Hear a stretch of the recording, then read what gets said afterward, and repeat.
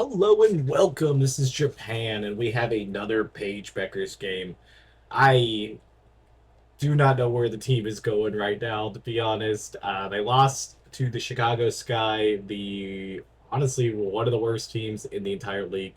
The Sky would be just completely in the bottom if it wasn't that they've already won. What is this, the third game? They completely season swept the Wings. Chicago has 6 wins. 3 of them are against Dallas. That's not a good sign. They lost 87-76, so a nice 11 points. Not a single quarter there that they ever actually were close enough to beat them. Obviously, Dallas has a bunch of injuries, so it's not great. But obviously, we're following Paige Bueckers, so let's jump into what she did. 36 minutes, so she's backed up having a pretty decent time out there, but 0-4 from the 3 point line.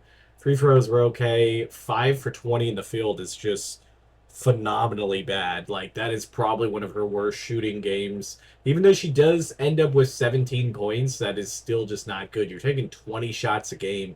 You need to be hitting half of those because if she hit another 5 shots, this game is a completely different thing.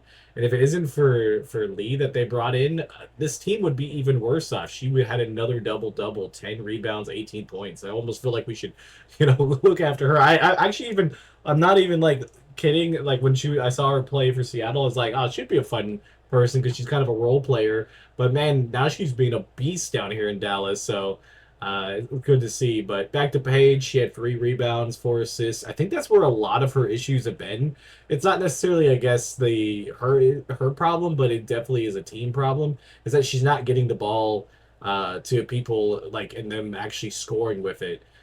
James and JJ all obviously had okay games. Like James just completely came out of there and just did not have a good game. Probably her worst rookie year, especially for being in there for 37 minutes, 3 for 15 on the field. The whole team only shot 36% compared to Chicago's that was 50%. And Chicago doesn't shoot that well. It's just a lot of Angel Reese getting double doubles, a lot of rebounds, and uh, yeah.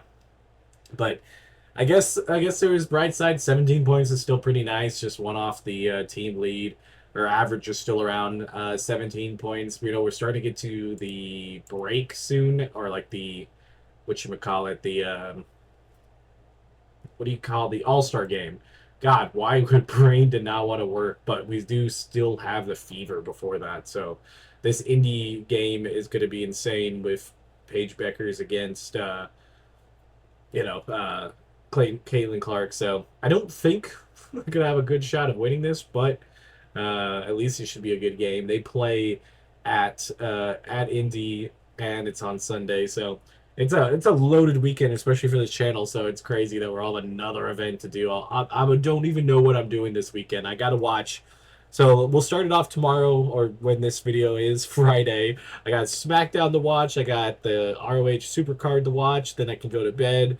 And then for Saturday, I got 3 different wrestling events to watch. Sunday, I have one wrestling event and one basketball game. It's a powerful weekend of fun stuff. But yeah, Dallas has now lost 4 in a row, or not 4 in a row, lost 2 in a row. I forget they won back-to-back games for whatever reason. I just completely spaced on those games that actually a lot of rookies have stand up for Dallas. I mean, JJ and James have been great. They need it. I mean, having 3 people.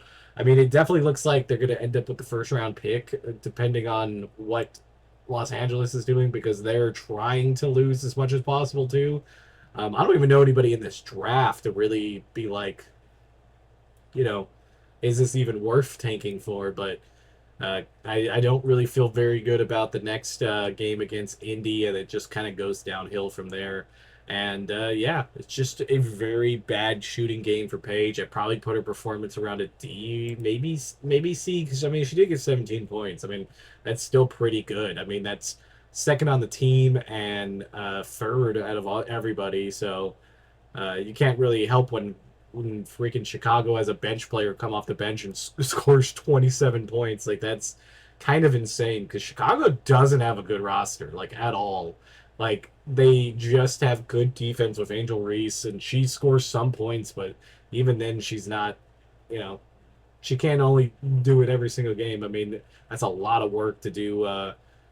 Nothing but defensive rebounds and stuff. But yeah, I think it's just this was a game that they should have won. They needed to win these games against Chicago. Having 3 games against the worst team in the what is it, Eastern Conference, they should have at least gotten one, if not two, from them. So this is going to be hard for the rest of the year with us needing at least 3 wins to tie last year's record, which I think we should still be able to do, but it is concerning that we're now over halfway and we're not looking like we're going to get any wins soon.